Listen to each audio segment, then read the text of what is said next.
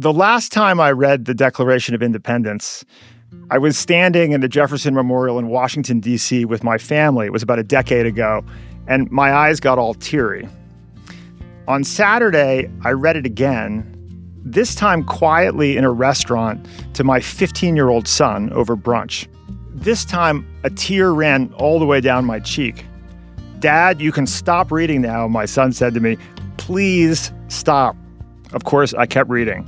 I was holding an early copy of the latest book from Walter Isaacson, one of the great biographers, writers, and public intellectuals of our time. It's a book just out this week. It's called The Greatest Sentence Ever Written. Walter is referring to the second sentence of the Declaration of Independence, with which we're all familiar. "We hold these truths to be self-evident, that all men are created equal, and that they are endowed by their Creator with certain inalienable rights, that among these are life, liberty, and the pursuit of happiness." I tried to explain to my son why these words make me verklempt, and I think it's the knowledge that the men writing these words were risking their lives, that they knew as they signed their names that they might hang from ropes in the public square if they failed. And there was a very good chance of failure. We narrowly won the Revolutionary War, but the possibility of creating a new and better society in which people enjoyed freedom as well as common ground, something we'll talk about, a society in which people took care of each other and respected each other's liberties, this was worth dying for. I think I was even more emotional this time around when I read these words because I fear we've forgotten them, not just the words, but the contexts. Our founding fathers knew that creating a successful democracy would only be possible with compromise.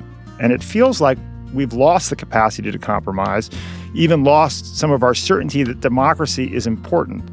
A recent Circle survey at Tufts indicated only 36% of several thousand 18 to 29-year-olds surveyed said they agreed that democracy in the U.S. can solve the country's problems. I think this is why Walter chose to write this book and publish it now, to remind us of the context in which the Declaration of Independence was written, what the words meant to our founding fathers, and what we can learn from them today. Unlike Walter's prior books, this one's a slim volume, just 67 pages, but it packs a hefty punch. Despite its brevity, or perhaps because of it, it will undoubtedly provoke weighty conversations. That's why we picked it as our next Big Idea Club selection for 2025, what we consider to be one of the 6 most important books of the year. Walter, welcome back to the next Big Idea. It's good to be back with you, Rufus. Thanks a whole lot for that intro. Walter, when you read the Declaration of Independence, does it trigger an emotional response for you, or am I just overly sentimental? Well, definitely. I mean, especially that second sentence you read, which forms the common ground, the common beliefs we share. And then, as you mentioned about, the ropes would be there to hang them, that very ending when they pledge their lives and their sacred honor. I'm guessing you call this the greatest sentence ever written, which, of course, is a big claim, presumably not because of its beauty, although it's very nicely crafted, but because of the power of the sequence of words to inspire people to take action, to risk their lives, to change the course of history. Is that true? Well, it becomes a mission statement for what becomes a new type of nation on Earth, one that we're still struggling to defend around the world today, but a nation, as Lincoln said 77 years after they wrote this sentence, a nation dedicated to the proposition that all people are equal and that we have certain rights. And that was new in 1776, that our rights came from we hold these truths, and the notion that the individual with individual rights would come together in a compact and then create a nation that changed the world. Implicit in this assertion, it's the greatest sentence ever written, is maybe the claim that this country, though imperfect, has had a profoundly positive impact on the world. Would you say that? Well, yeah. I mean, I think that if you look around the world, starting in 1776 and to today, there are a lot of nations that believe in individual rights, the rule of law, treating people equally before the law, having a sense of liberty for each individual, and yet at the same time, having a sense of the commons, common ground. What are we going to do together in common? And that type of democracy, that type of constitutional republic form of a democracy depending on individual rights, it's still the greatest form of government we have. And Yeah. over the past 250 years, it's not just in the United States, but around the world, we've moved to the ideal that was embodied in that sentence.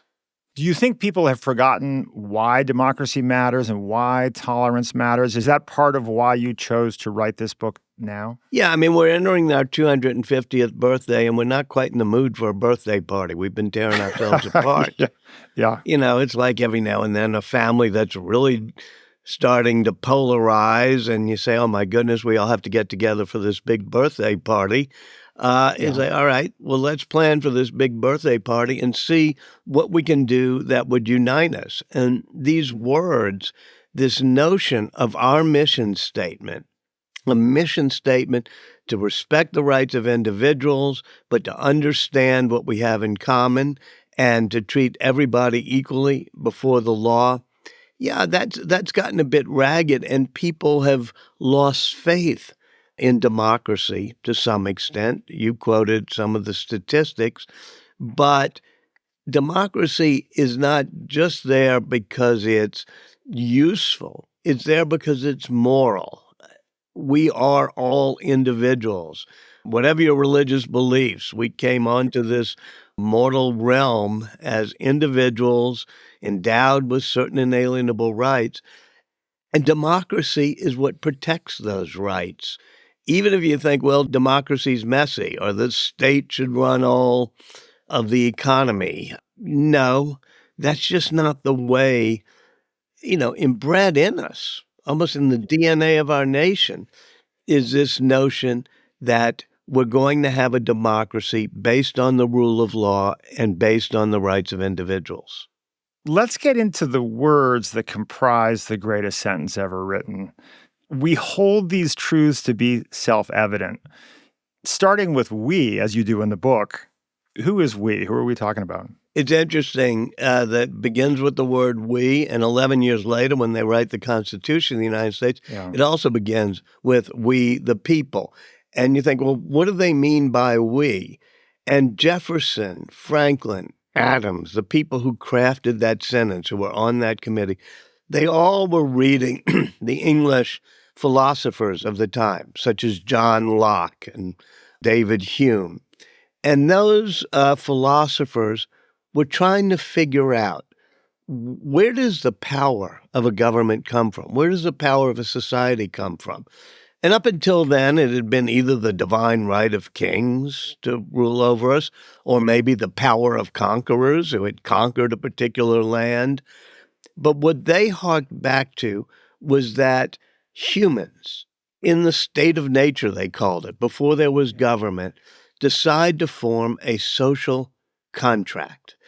Now, that may seem like a fancy phrase or something, but the idea of a social contract, a compact that people enter into freely, that's at the core of the type of government that we were deciding to do in 1776 when we were overthrowing or breaking away from the monarchy that was in England. So that phrase, we, it doesn't mean the 60 people gathered in that hall in Philadelphia. It certainly is not yet an expansive phrase because it doesn't apply to blacks and Native Americans, but inherent in it is that we are all going to be part of a social contract. So the cool thing about this sentence is it doesn't just say, here's exactly what we are and it's perfect. It says, here's our mission statement, here's our aspiration. So you start with the word we, and you really understand that this is implicitly some contract we are making with our neighbors to say, hey, let's get along in a society. Otherwise, as Hobbes said about the state of nature, life will be nasty, brutish, and short. I was fascinated to read some of these quotes in the book. You quote Scottish philosopher David Hume wrote in 1752, "The people, if we trace government to its first origin in the woods, are the source of all power and jurisdiction, and they voluntarily, for the sake of peace and order, abandon their native liberty and receive laws." So there's a sense that we all inherently have this kind of freedom. We have this inherent right, and we choose to give it up for something better. We choose to sacrifice some of our freedom to be part of this new Absolutely. thing And it's we're hard for building. people to get their heads around that sometimes. They say we should have the total freedom to do what we want or the state should. No, it's always a balance. And when you come together, you could say, all right, we'll have no rules, we'll have total anarchy. But what Hobbes is saying is, that makes life really bad. It's all against all. And so by agreement, whether it's little things like when the light turns red, people stop, and when it turns green, people go, or the agreement that we'll all tax ourselves to have national security and police departments and fire departments.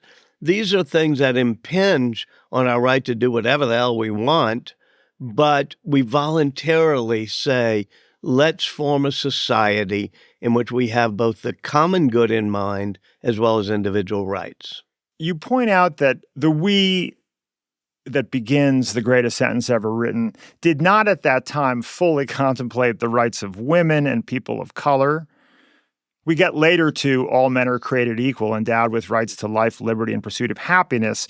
This, from today's perspective, the idea that slavery was permitted and the statement was being made is very hard to understand. How do we Well, reconcile this that? is, you don't reconcile it. You understand that these are great contradictions. And even Jefferson himself, who was the most contradictory of the founders, he understood what a horrible conflict it was. And he writes about it at times in agonizing ways. On the other hand, he's enslaved 600 people. He doesn't even free his slaves, most of them, upon his death, not even Sally Hemings, who had been his mistress, although he does free the children that he and Sally had had. So you have this great contradiction, and that's why I say this greatest sentence isn't a sentence that describes perfectly who we are. It describes who we are aspiring to become. And, yeah, it's been 250 years and we've expanded the meaning of we. We've expanded what they meant by all men. Because when they write all men, you could say, well, that's an expansive phrase, all men. Perhaps men refers to all mankind. It's using the word men in the more generic sense. But no, they actually, when they wrote all men, they really meant it to be men. And they did not mean it to be enslaved men, and they did not mean it to be Native American. And so they understood that they weren't just defining a nation, they were setting in motion a process. And that was particularly true, of course, on the issue of slavery, because out of those, 60 people there, more than 40, I think, owned slaves, and all 13 of the colonies permitted slavery.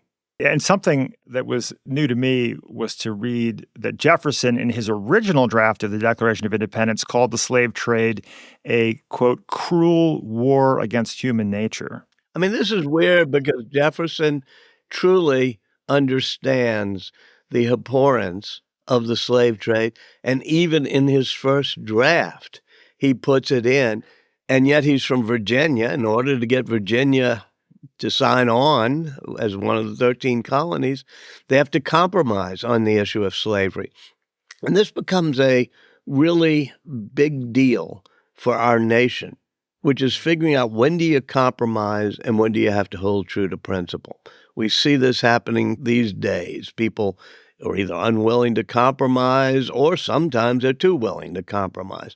There's never a perfect answer to it, but when they wrote the Declaration, and then 11 years later when they write the Constitution, they compromise on the issue of slavery.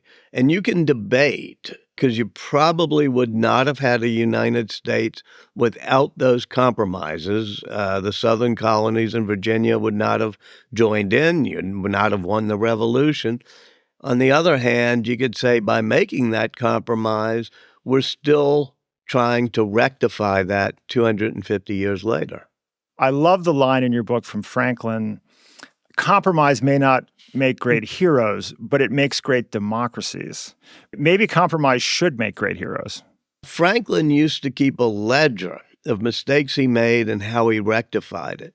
One of the mistakes he said he made was tolerating the issue of slavery, even at one point when he was a young printer, owning 2 slaves, but then he lets them go.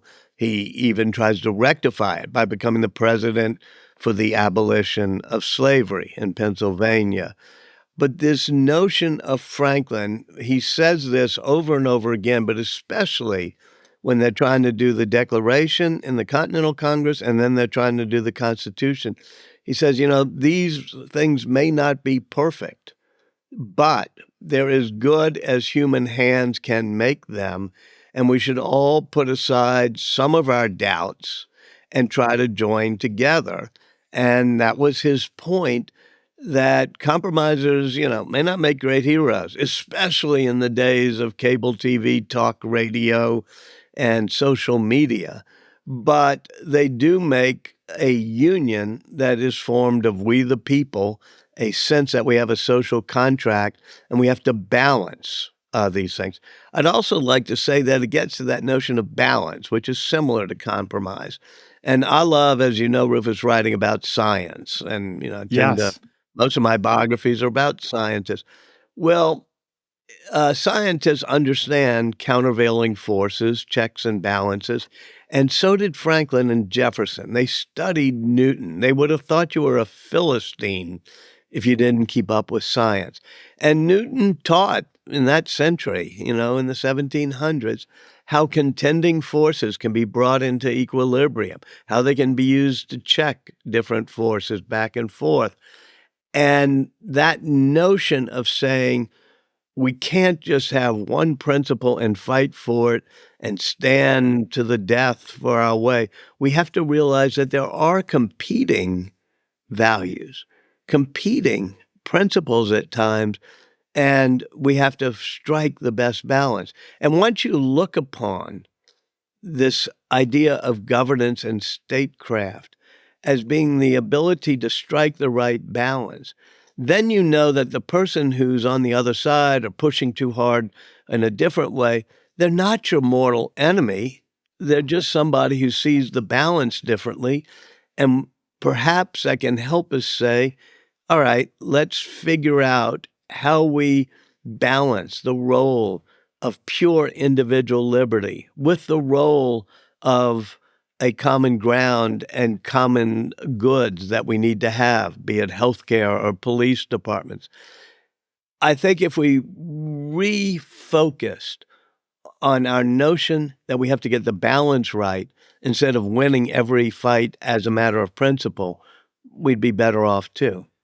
I love your comments about Benjamin Franklin and really all the founding fathers, and to different degrees, being such a deep believer in sort of accepting that we're imperfect, but creating mechanisms to improve ourselves, both individually and as a nation. And in some sense, I see Franklin as maybe the father of the self-help genre. Totally, right? I mean, this is totally. something totally essential to the American character, right? Is this idea that while the Europeans were probably looking down their noses at self-help as a genre, right? I mean, Benjamin Franklin thought, you know what? This is what we do. We think pragmatically. We keep close records of our behaviors. We accept that we're imperfect and fallible, but we work to get incrementally better as individuals. And then we build a country that has this capability. We accept our flaws, but there's a pathway here to improving ourselves. Yeah, brilliant. I couldn't have said it better, because the notion of continuous self-improvement is the key to Franklin's life. He writes Poor Richard's Almanac, which has all sorts of words of wisdom for shopkeepers and artisans, how to do well. And then when he compiles them, it's called The Way to Wealth. It's the first self-help book there is. But he also created a leather apron society, people who would get together in Market Street in Philadelphia and they'd figure out ways of self-improvement. They even made a chart of which virtues you should have if you want to improve yourself. Diligence and honesty and frugality. And at one point, one of the people in the club said, Franklin, you've mastered all 12 of those virtues, but you should add another one. And he says, what's that? He said, friend says, humility. You might want to try that one for a change. And Franklin says, yes, and puts it on the list. Says, I was never very good at humility, but I was good at the pretense of humility. I could fake it very well. And here's the ingenious part. He said, but I learned that the pretense of humility was just as useful as the reality. It made you listen to the other people and look for ways you could improve yourself.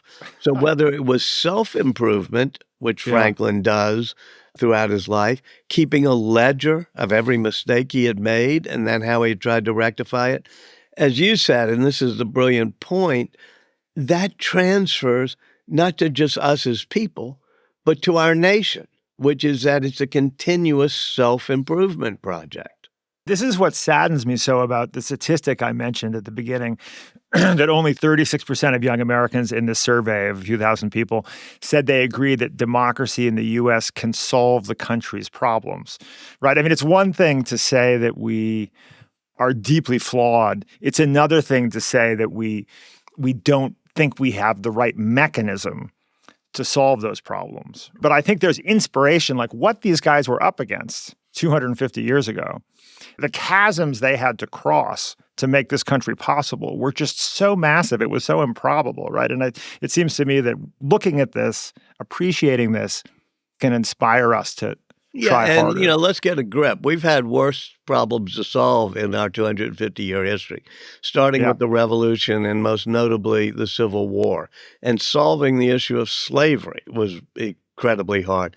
So when you say you can't solve the issue of health care or affordable housing and rents, those are real problems. But, let's not get our hair on fire.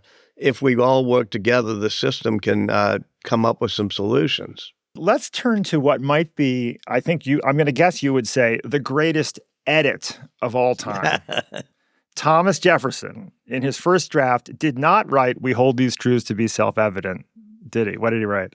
He wrote, "We hold these truths to be sacred." And it was odd because Jefferson was not that conventionally religious. And it was really mainly a turn of phrase. And Franklin takes his printer's pen, because as I said, he was a printer.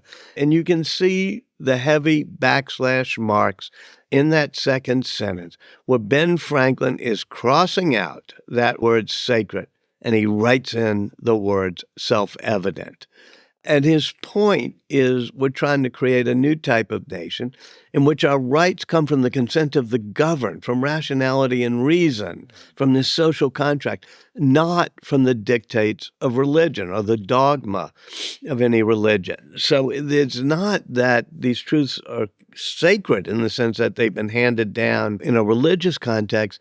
It's that they are part of the reason that we've been created.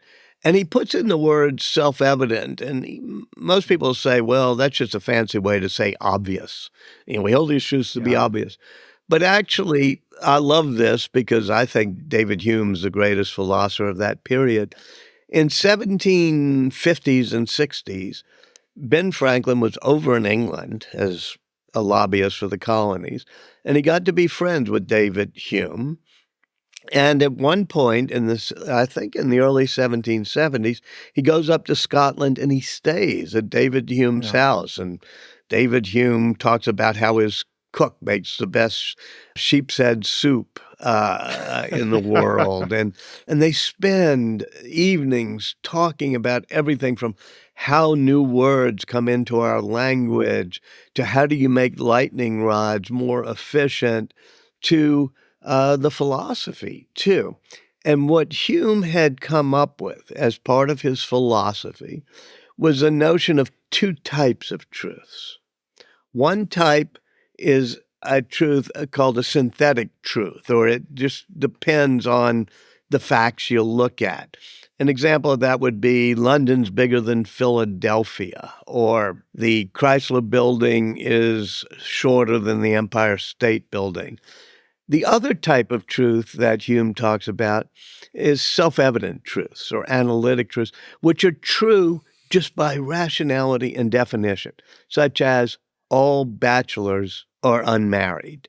Now, if you want to know if London's bigger than Philadelphia, you have to go and you figure out how many people live in London and Philadelphia, compare it. But you don't have to do that if you're going to try to figure out if all bachelors are unmarried. You don't go around surveying bachelors saying, do you have a wife or not? You know all bachelors are unmarried. It's part of a self-evident truth, a truth by definition. What they were trying to say is the notion that all men are created equal or all people are created equal was not something you looked around and said, well, let me look at Rufus and let me look at Walter and then let me look at, Michael Jordan and let me look at Drew Brees and say, are they all equal? That's not what they meant. They meant we all were individuals who came together in this social contract. And so because we all came together to make the social contract and it depended on all of us, we all have equal political rights and rights under this system. And so that was self-evident because they were, by virtue of their creation and coming together in this social contract, it was self-evident that they were equal members of this compact. And this wasn't it, to some degree, the language of the Enlightenment, of reason and empiricism that was emerging as something that was more powerful than scripture and religion. And Jefferson and Franklin, as I understand it, were deists who saw God as a clockmaker who designed the universe, set it in motion, but then did not intervene. Right. And especially when you see that sentence, it goes on to say they're endowed with certain inalienable rights. And John Adams puts in, by their creator. Now, he's the one who's slightly more traditional in his religion. But Franklin and Jefferson, as you say, were deists. They believe in a creator, but not a God who intervenes in our everyday lives. They believe in sort of a general providence that he started the universe. But you can't pray to him and say, can I have the Saints beat the Rams this weekend, please, please, please? And he will perform a miracle and cause that to happen. So this notion, as you put it, of the clockmaker, the person who starts the universe, it did mean that they were not conventional even in terms of believing in the divinity of Christ. Jefferson had what was called the Jefferson Bible, in which he took a razor and he cut out all mentions of the divinity of Christ, but left in Jesus's sayings and moral teachings. So this is a very complex way of looking at things, but I would think that more than half the people who signed the Declaration at that time were deists, which was very popular about that back then in what you correctly call the Enlightenment, which was sometimes called the Age of Reason or the Age of Science and Reason. And that's what informed that period, both in England and in France, France with Voltaire and Rousseau, England with Locke and Berkeley and then Hume, and then, of course, the United States, Jefferson and Franklin. These are the avatars of the Enlightenment who believe in evidence-based policies, just like they believe in evidence-based science. The thing that emerges for me in reading this book and, of course, your biography of Franklin is that this country was really founded by science. At least a number of the founding fathers were very internationally acclaimed scientists, right? I mean, Franklin was one of the great scientists of his day. He might have won a Nobel Prize if that was around at the time, right? He was world famous for his scientific experiments, and Jefferson was also like a really significant scientific figure. And they both would have thought you were a Philistine if you didn't try to keep up with science. And that's a problem today, which is even people who love the humanities. They say how important the humanities are. But then you talk about anything scientific. You say What's the difference between a gene and a chromosome, or resistance and a capacitor, or an integral and differential equation? They'll throw up their hands and say, I don't do science, I don't do math. Well, the good thing about Franklin and Jefferson is they were great humanists. They were great writers, great students of history and of literature. But they also felt they had to inform themselves by keeping up with the science of their day. And in turn, that science informs the country they create. You look at the Newtonian checks and balances. You look at this notion, as you said, that humans aren't perfect and we need to incorporate guardrails and checks and balances.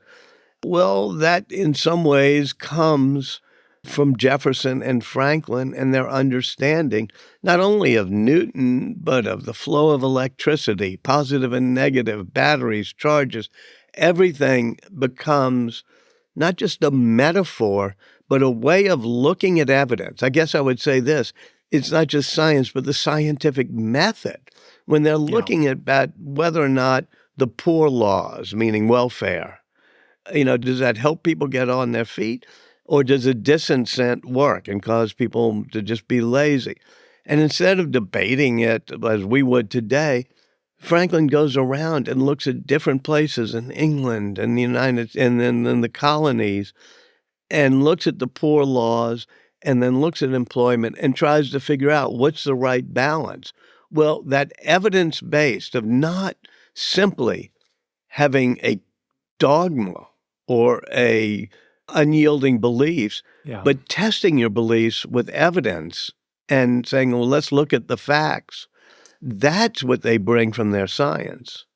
And this has been somewhat of a through line, I think, for you and your work. It seems to me you've consistently had an interest in this intersection of science and the humanities and how they can be married. Many of the people you've written about have also had this interest. Do you see that as kind of carrying through your work?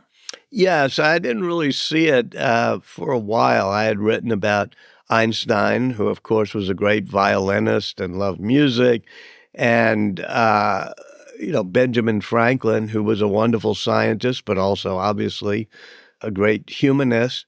And it was Steve Jobs who falls at that intersection as well. Somebody who loved Yeah. technology but believed beauty mattered and studied art and calligraphy and dance. Um, when I worked and did his biography, I said, why did you want me to do it? He said, well, you stand at that intersection of the arts and technology, or the intersection of Mhm. the humanities and the sciences. And whenever Steve would introduce a new product, that would be the last slide on the screen, which is the intersection of the arts and technology. He'd say, that's where Apple stands, but that's where beauty stands.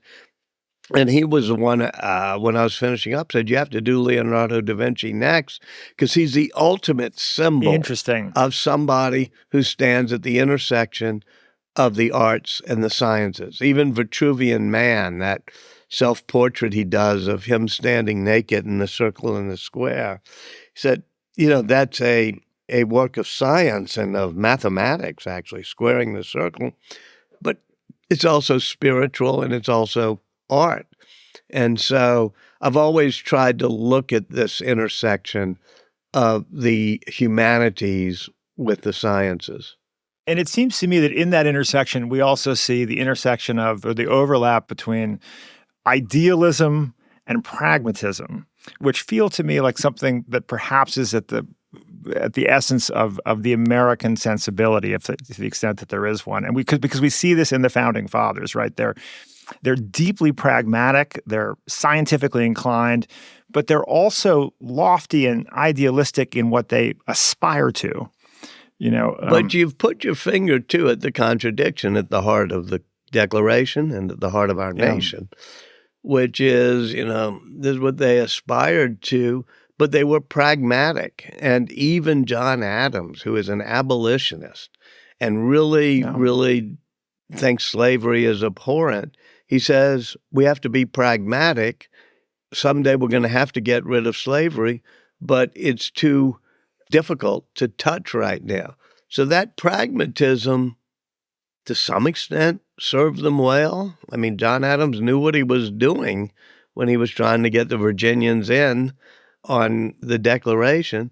But also that pragmatism meant that we keep having this self-improvement project, and even especially on the issue of slavery and then on race, it's a struggle. And we have to look at the founders and say we have to both be pragmatic and we have to be principled.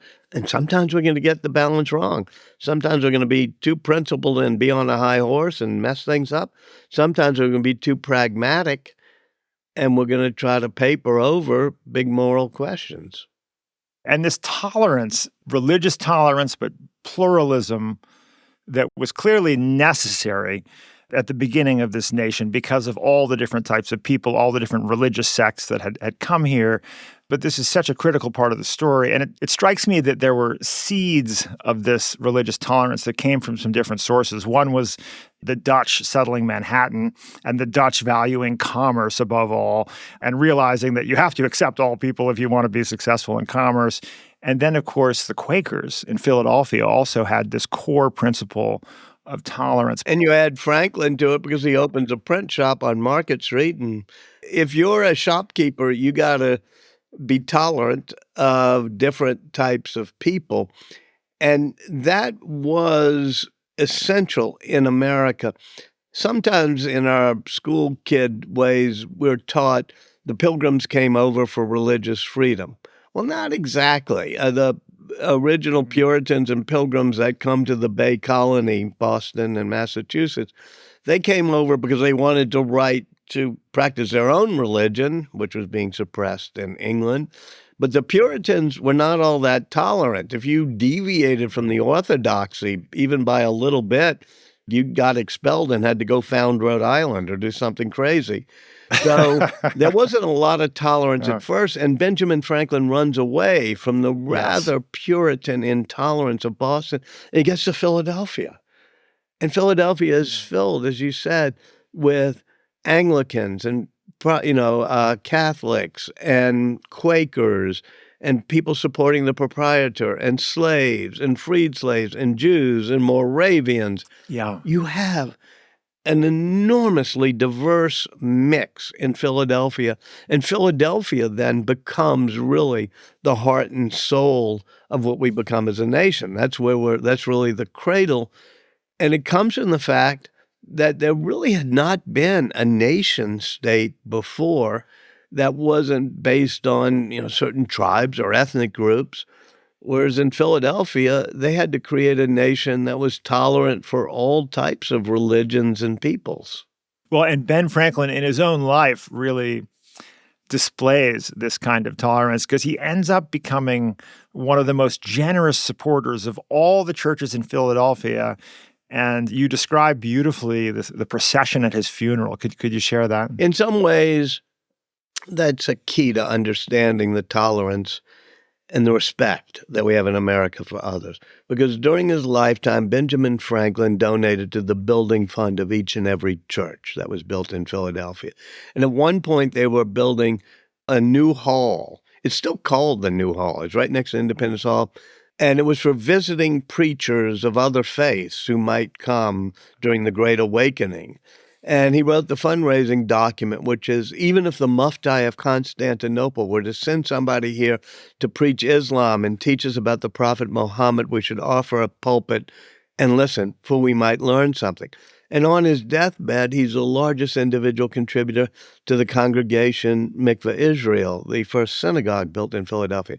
So as you said, when he dies, instead of his minister accompanying his casket to the grave, all 35 ministers, preachers, and priests link arms with the rabbi of the Jews and march with him to his grave. That's what they were fighting for back then, and that's what we still have to fight for today. Let's talk about the notion of the commons. This was a really interesting learning for me. One of the big questions for any nation, of course, is the question of how do we balance individual liberties and freedom on the one hand and the desire to take care of each other on the other?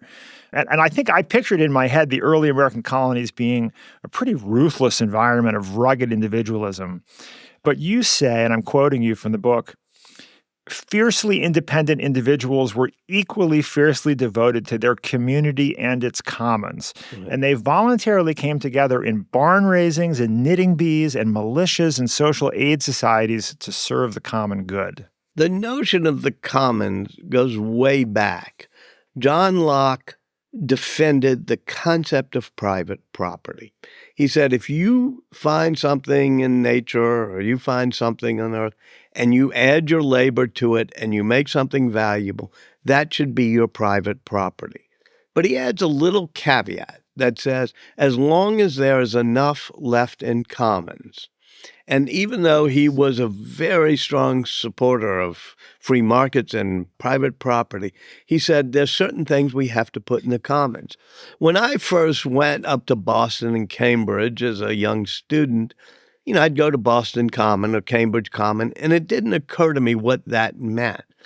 And then I learned that the commons were originally the place set aside so that everybody could use it to graze their herds or grow things.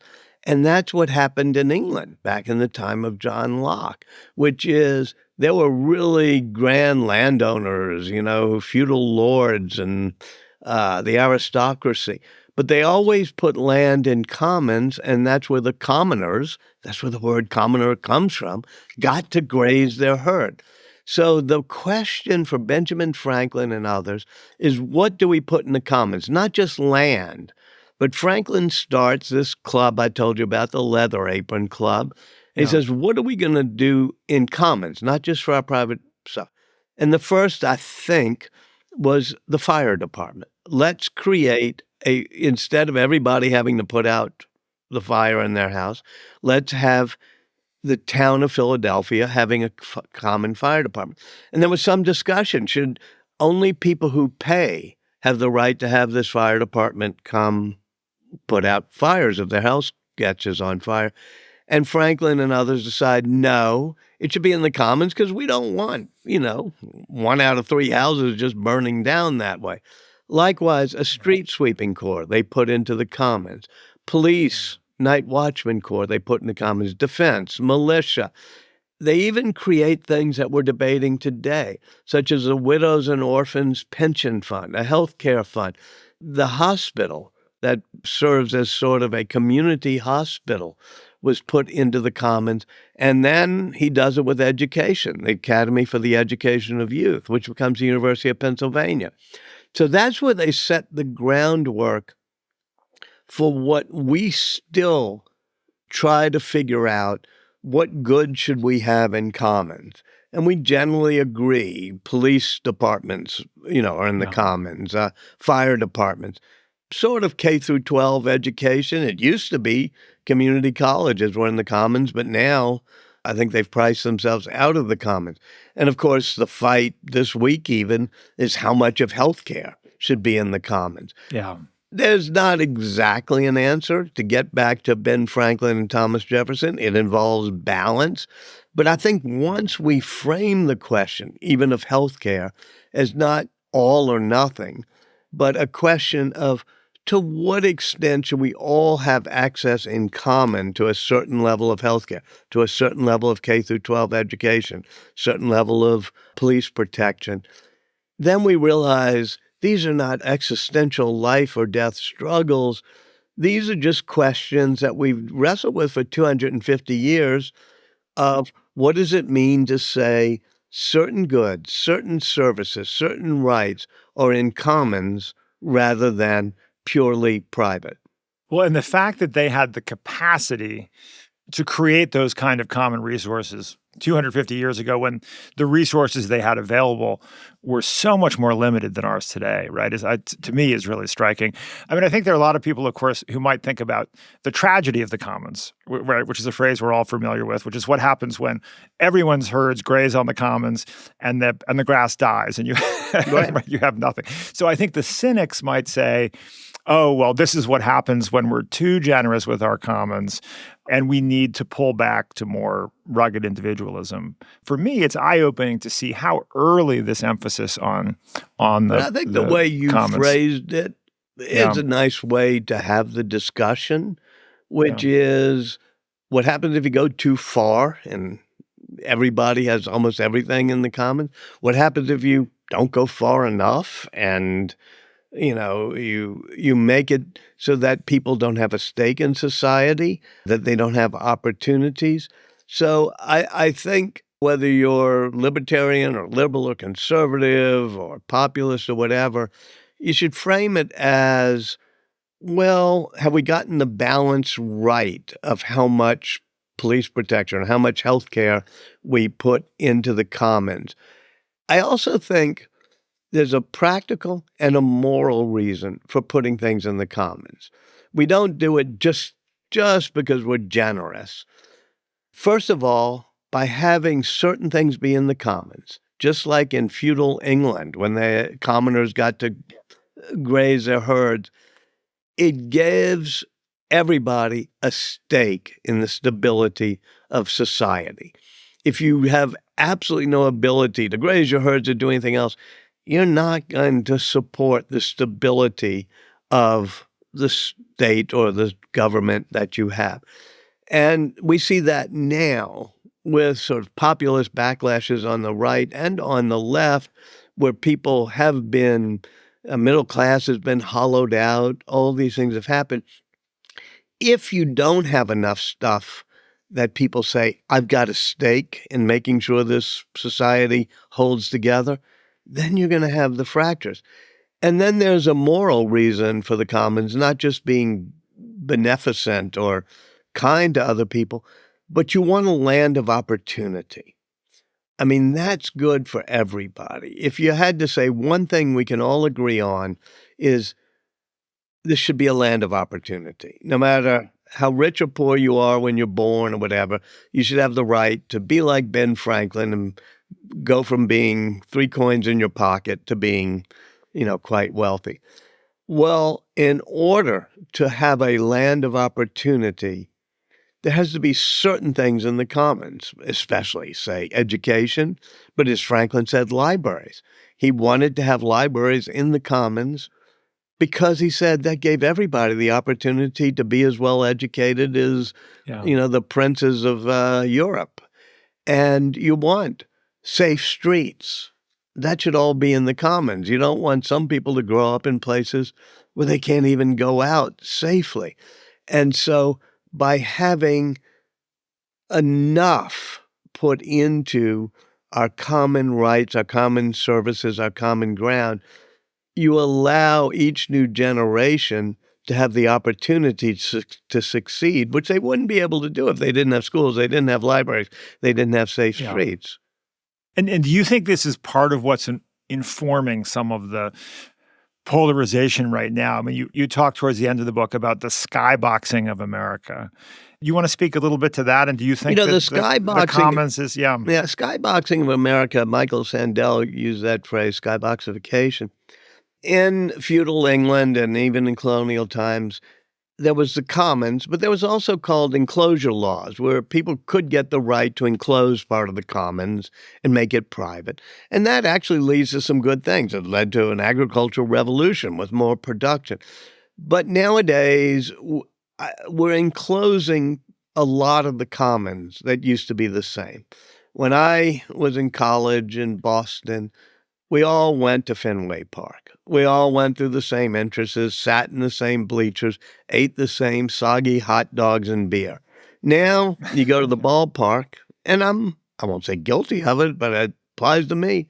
If I get to go in the VIP line, I do. If somebody invites me to a skybox, I go there. We don't even sit in the same bleachers. And that's just one of 1,000 things. We don't have the same schools sometimes. We don't have the same lines at airports. We don't have the same health care.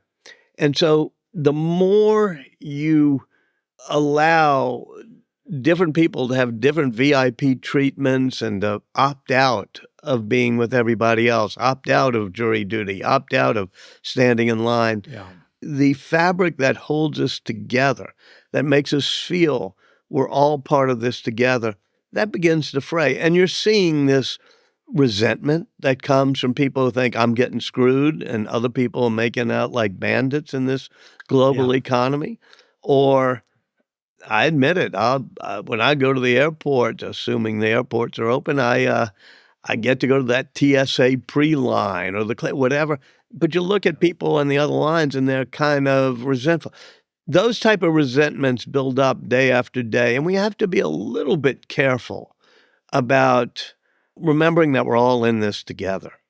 I loved your comments earlier in the conversation about how the current challenges we face, when you look at them by comparison to what we went through in the Revolutionary War and in the Civil War, we face bigger problems. Our problems today are manageable if we can choose to put them in perspective, which I think is part of what you're doing with this book. That's the whole point of this sentence, is it helps us put things in perspective.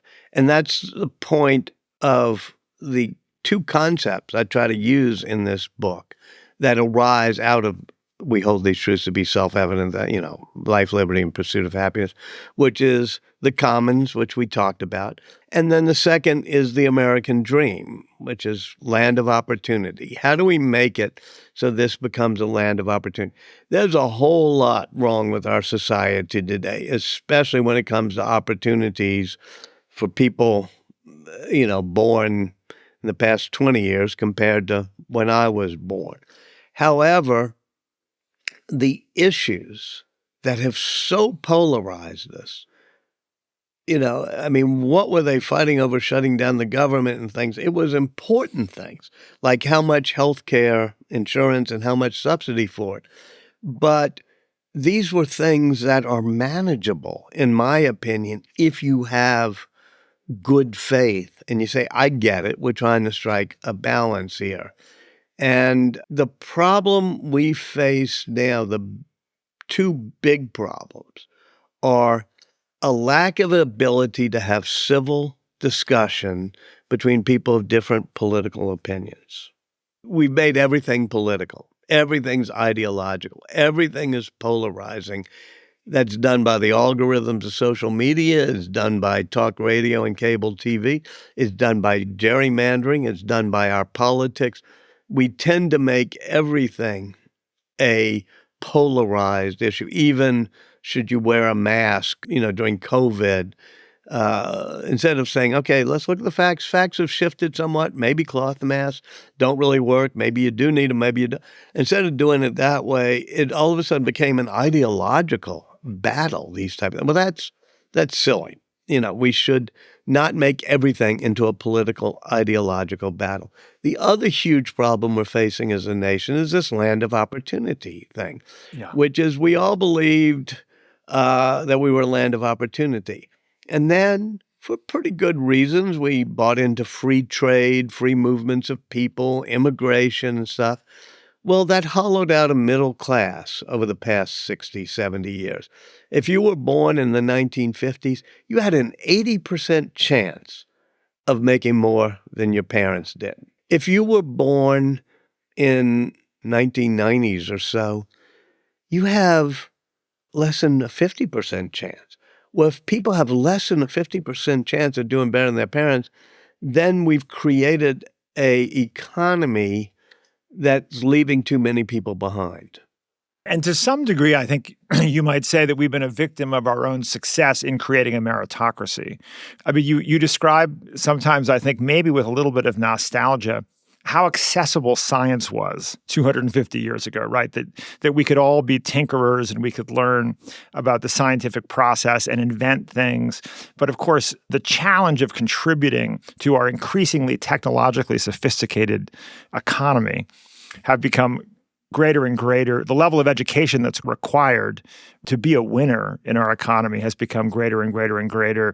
And the meritocracy, to some degree, has created a new aristocracy based on education. Is that part of what we're dealing with? Yeah, I think we created an economy in which if you outsource manufacturing and you have free trade so that, the shirt I'm wearing now, instead of being made in Maine by LL Bean, is, made in Bangladesh or something.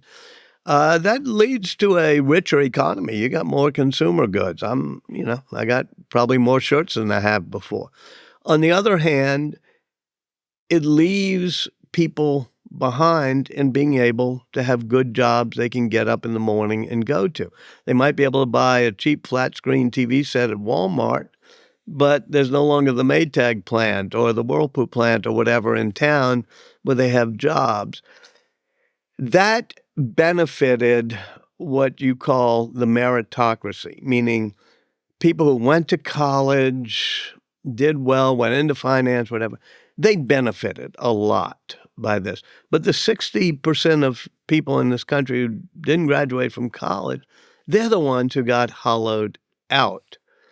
And by calling it merit, that really creeps me out in some ways, meaning I'm about as much of the meritocracy as you can get using that word, meaning I did well enough in high school that I got to go to a good college, that I got a good job and stuff. But that wasn't merit. It wasn't like the fact that I was born with an ability to take a multiple choice test or that I was, you know, Franklin described merit. And he was arguing with Jefferson, who said merit is this natural aristocracy of the smartest people.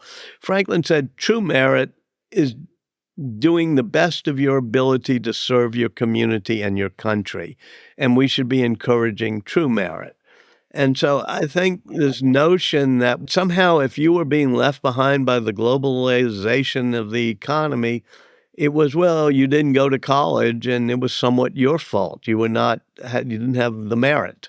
I think if we're going to get this country back on track, we have to make sure that any person, whether they want to go to college or not, whatever their talents are, as Benjamin Franklin would have it, we do the best to make sure they can use the talents in the best way possible for their community and their country. There are a lot of people on both sides of the aisle right now who are concerned about the stability of our democracy. Certainly in my lifetime, I've never heard people talk about our American democracy as being actually fragile and imperiled. Do you see our democracy as facing a real threat of not surviving? And is that part of what inspired you to write the book? Yeah, I mean, it's what inspired me to write the book. I do think when you quote statistics of young people saying they don't believe in democracy, or you see people voting for authoritarian types or whatever they may want because they don't believe democracy delivers, that's a problem. And that's sort of why I wanted to write this book, which is to show that there's a spiritual component to understanding we're all in this together. There's a moral component. There's a practical component, and it is the DNA of this country. It's not just, quote, democracy, but it's that founding creed that we're going to create a land of opportunity where every person gets to participate. That's what the democracy part is. Everybody has equal rights to participate in figuring out how we're going to govern ourselves. And that's more than just saying, I'm a socialist, I'm a authoritarian, I'm a democracy supporter. It's, no, I'm an American, is what I'm trying to say for our 250th birthday. Let's get back to that concept that we've tried to create a land of opportunity in which all are created equal and they have certain rights as individuals, and that includes life, liberty, and the pursuit of happiness. I love that. Well, Walter, it's been 2 years, if you can believe it, since you and I last spoke about your last book. It was just a biography of Elon Musk. Well, yeah. He was a controversial figure then. He's even more of a controversial figure today. Do you think that the subject of your last book, Elon Musk, is a threat to the project at the heart of your new book, Maintaining a Healthy Democracy? No, I mean, I don't think it's that simple. I do think that one of the threats to our democracy is social media that uses algorithms that tend to bring us down our own echo chambers, that tend to divide us, that if you're somebody who's following Fox News on X, it'll bring you through an algorithm and soon you'll be with Tucker Carlson. And after that, go down a rabbit hole. I think social media has become divisive.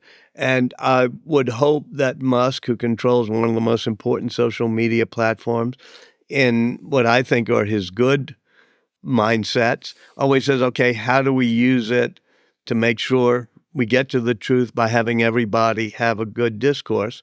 And sometimes I think he's letting it become a cesspool. So there are many things. But by the way, sending rockets into orbit and recreating the internet in outer space, I think that's amazing. And I think that's a type of America of risk-taking and entrepreneurship that we have to have. So, our founders were complex people, even Jefferson, Right. not all good or bad. I think Shakespeare teaches us to understand the complexities of humans, that, all of our heroes, they have some grand flaws. I mean, Henry V kills all the prisoners. All of our villains have backstories. I mean, Iago, Shylock. So I would urge us not to try to fall prey to the current practice of making everybody in 140 characters or in a clip on cable news a hero or a villain, evil or grand. That's not true of Musk, and it probably wasn't true of even some of our founders. I hope we can learn from Musk's entrepreneurial risk-taking, because we used to be a nation of risk-takers that built a whole lot of things, and now we're more a nation of regulators than risk-takers. But likewise, I would hope we could learn, people like Elon could learn from Benjamin Franklin and say, I'm going to get up every morning and say, what can I do best to unite my community, to bridge the divides in our society, and to hang together, as Franklin put it, as a nation. I wrote the book so we can perhaps be more like Benjamin Franklin than Elon Musk. I love the idea that we can all incrementally get better. Individually, we can incrementally get better as a nation. And I love your metaphor at the opening that we're coming up on a big birthday party, folks. Yeah. And well, that's the main reason I wrote it. I'm thinking, I'm old enough, you're not, to remember in 1976, we had come out of Vietnam. We had come out of the civil rights movement, no riot. We had come out of Watergate. We had come out of things that were, you could say, almost as bad as we have now. And what happens? For our 200th, our bicentennial, with Gerald Ford and everybody else, we take a breath, we calm down, we realize what unites us, and the bicentennial was a great celebration after the years of Watergate, Vietnam, and riots. Now we have the chance, one more chance, won't come for another 50 years or so, to say this is a big birthday party. Let's all, as Franklin said, we must all hang together, for most assuredly we'll hang separately. Let's use this birthday party as a chance to try to heal some of the divides.